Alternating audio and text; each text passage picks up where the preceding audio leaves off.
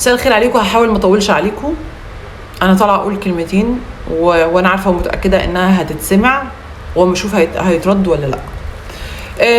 بدايه من الموضوع من البدايه اتقال لك ان سبب المشاكل ما بين الزمالك والاهلي هو مرتضى منصور، وانه هو علشان بيسب ويلعن وخلافه فهو سبب المشاكل.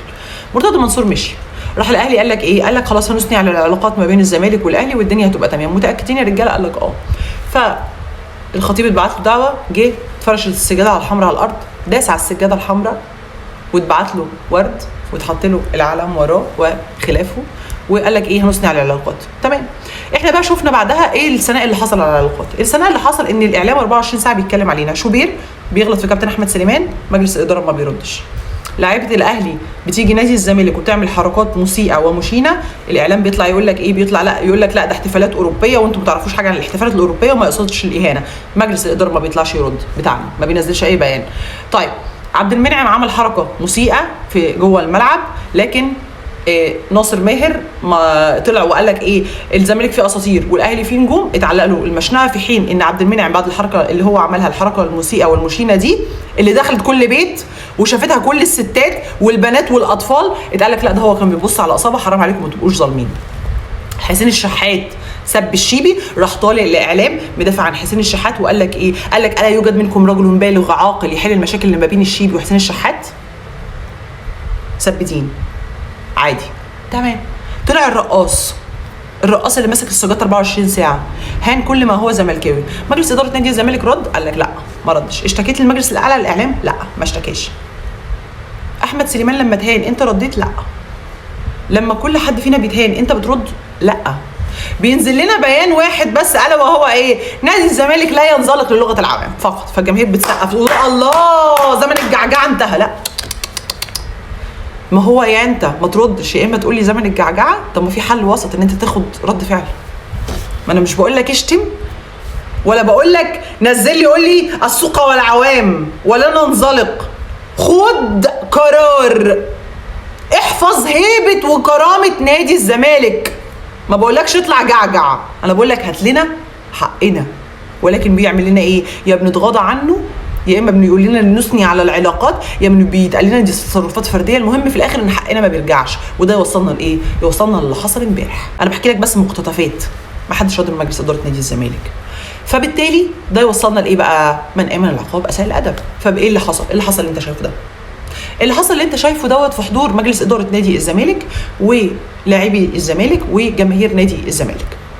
بعيدا عن انه جماهير نادي الزمالك كانت واقفه امبارح واساميها في الكشوفات، وفي ناس اساميهم من بره الكشوفات، وبالتالي برضو جماهير الاهلي كان في لون احمر كتير قوي واقف ولون ابيض كتير قوي واقف. راح الامن قايل لك قال لك ما حدش هيدخل الماتش لا مكتوب اسمه في الكشف ولا مش مكتوب اسمه في الكشف، وروحوا بوابه واحد شوفوا الحوار ده هناك. الناس راحوا بوابه واحد، فرجعوا على بوابه 7 تاني لقوا كل ما هو لونه احمر مش موجود، اختفى. اكيد الارض ما اتشقتش وبلعته، لا ده دخلوا كل الاهلاويه وسابوا الزملكاويه بره ومنعوهم من الدخول. اوكي. فمجلس الاداره اللي جوه اللي هو بقياده كابتن هشام نصر اللي جوه عمل حاجه؟ لا ما عملش حاجه.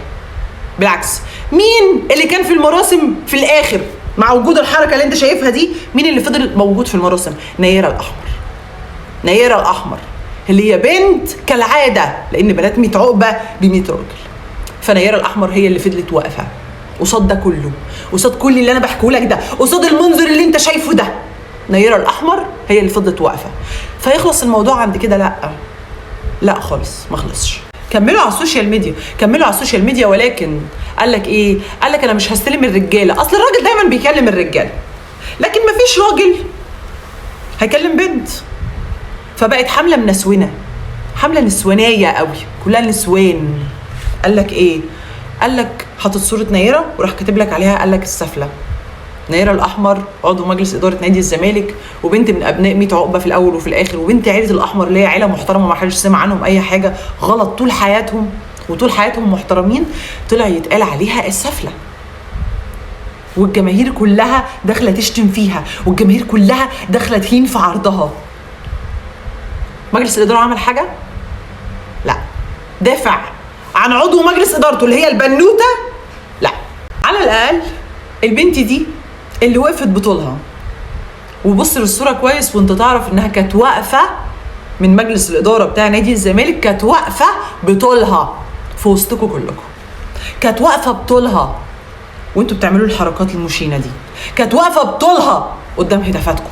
اوعى تفتكر ان انت لما كتبت ذكر في البطاقه يبقى انت كده راجل.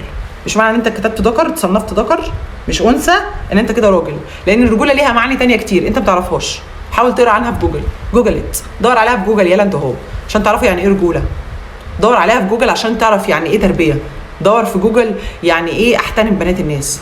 دور في جوجل كيف اكون رجلا وليس ذكرا، عشان انت ذكرا ولست رجلا، في فرق شاسع انت ما بتعرفش عنه حاجه. انا عايزه اوجه كلمه لمجلس اداره نادي الزمالك. لازم تعرفوا كويس قوي انتوا مجلس اداره ايه بالظبط. انتوا مجلس اداره نادي الزمالك.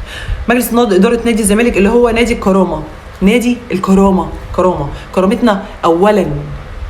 لما يتعمل لنا الحركات المشينه دي، ولما نتهان 24 ساعه في الاعلام، وكل مره نتكلم تقول لنا لن ننزلق لغه العوام، لا انا عايزاك تنزلق بقى، انا عايزاك تنزلق وتاخد لي قرار، انا عايزاك تنزلق وتاخد وترد لي كرامتي، انا عايزاك تنزلق وترد للبنت دي كرامتها، انا عايزاك تنزلق وترد لعضو مجلس اداره اللي هو احمد سليمان كرامته، وترد لاحمد لعمرو الادهم كرامته، وترد للعيبه كرامتها، وترد للجماهير كرامتهم.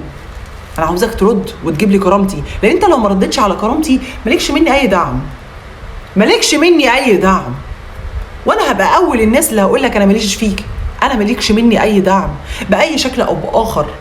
ما تقوليش اقفي معايا في مشاكل، لان انا مش هقف معاك في مشاكل لحد ما حضرتك تعرف كويس قوي ان جمهور نادي الزمالك ليه كرامه ولازم يتحافظ على كرامته، ساعتها يكون ليك دعم مننا. ولكن لحد ما ده يحصل مالكش مننا اي نوع من انواع الدعم، لان كرامتنا اولا مش الزمالك اولا.